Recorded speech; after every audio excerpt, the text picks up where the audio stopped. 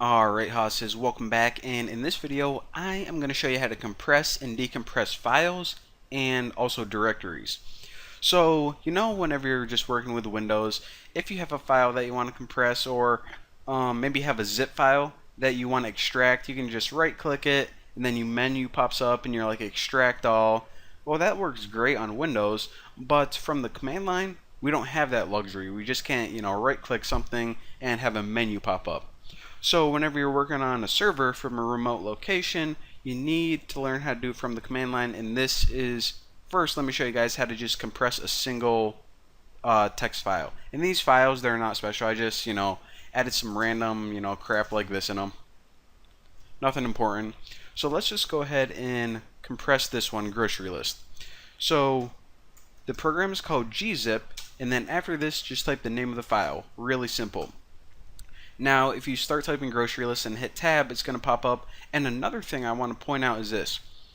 So whenever you have a file name and it has a space in it, such as grocery list, well, usually whenever you're running commands from your terminal, whenever you have a space, it means do something else. Either add a, additional parameter, or maybe, a new file name or a new program. Well, now we just saying, no, this is just one file. There's just a space in it. So that's why whenever I start typing, it added this backslash, because the backslash tells Ubuntu, hey, whatever character comes after this, then just read it as the space and not, a new command. So there you go. If I hit enter, check out what happens. It takes grocery list and it compresses it into a GZ or compressed file. So if you ever want to extract it or decompress it, then what you can use is gunzip.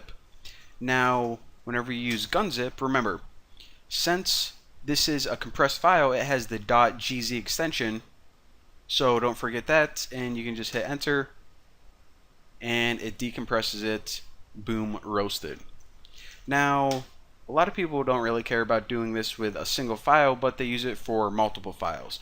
So say for example, I wanted to send this to someone over the internet, but it was too big, so I needed to take both of these and compress them into a single tar file. And a tar file is kind of like the equivalent of a zip file for Windows.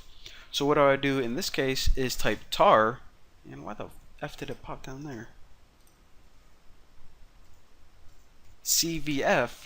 And what these parameters mean right here are, I'll break it down into, C first. So C means create mode. So we're going to create something, nothing new. V means display the output in the terminal. So once this is done and the command is ran, then it's just going to give us a little notification of what it did. You can leave it out if you want, if you don't want to see anything, but I like to verify that the program works successfully. So there you go. And this F, these are just the file options. So the arguments that come after this, well, I'll show you guys what they are right now. So the first thing is, hey, you're taking these and you're putting them into a new zip file. What's the name of the zip, aka tar file? I'll just name it like Bucky.tar. And now it says, okay, so this is the tar file. Now what do you want to add to it? Well, I'm just going to add grocery list and also favorite movies. So you basically write tar, CZF. What do you want the name of your tar file to be? And what files do you want to compress and stick in it? Well, it's going to go through and boom, look at that.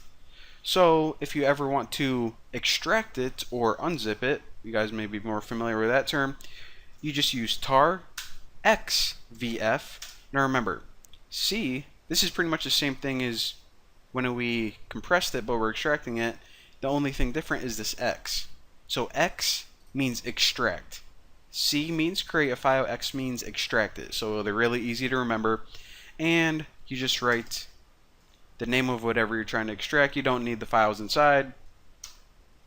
And boom, check it out.